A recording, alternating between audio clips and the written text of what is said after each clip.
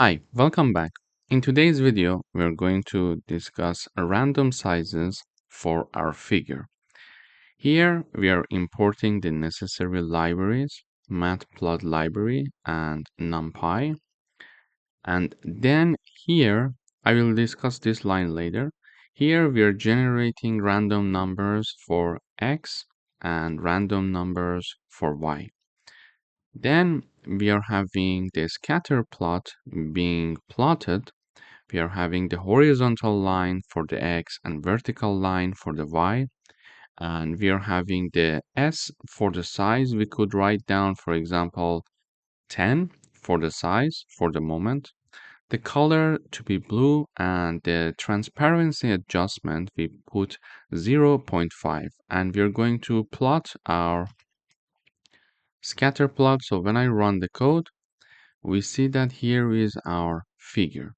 So for the X and Y, we generated 50 coordinates randomly between 0 and 1.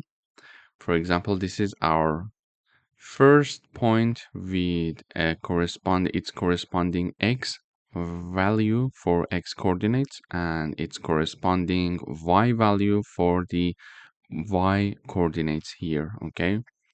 So we are having 50 points now. If I run the code one more time, we see that it generates new points on our figure. So we see that using the random number generation, when we are not having the seed function, whenever we run the code, we are going to see a new generation. So I run here, we see a new generation again.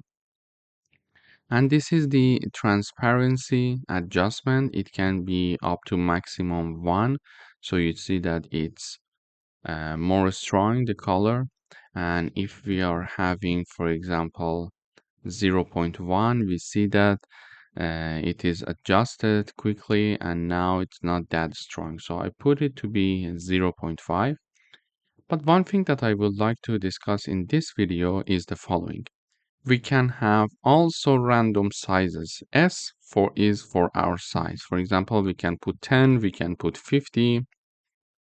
When I put 50, you see that they are bigger. We can have, for example, 500, and you see that they are much bigger.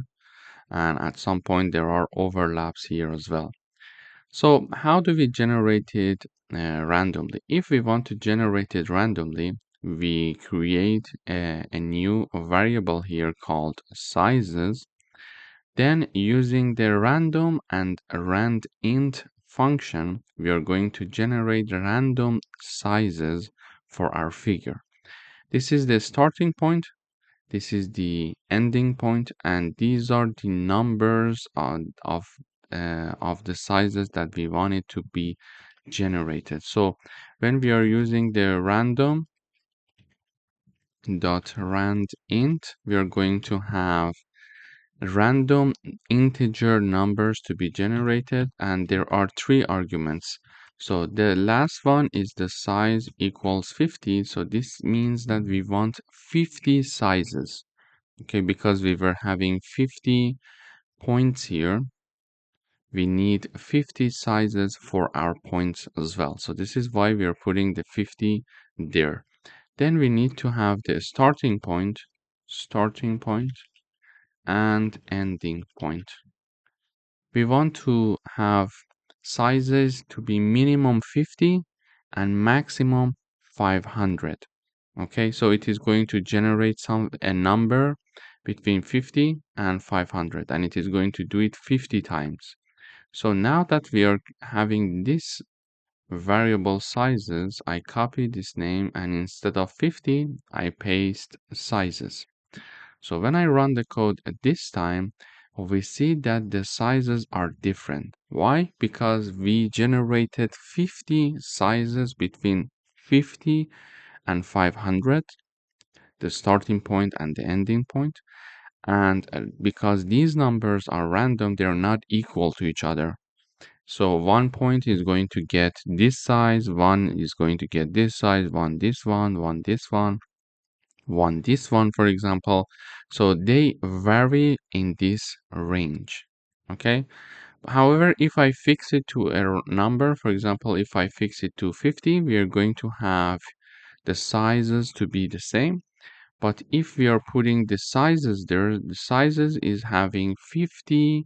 It's like an array with the size 50, and it has these 50 points are generated between 50 and 500. Okay, so let me change this 50. So 100 and 500. So you see that these are the points that are generated in this size, and these are 50 points because we are having 50 x and y, and these are the coordinates of our points that we want to show. So in this video we learned that we can have random sizes for our points to be shown here. Thank you for watching.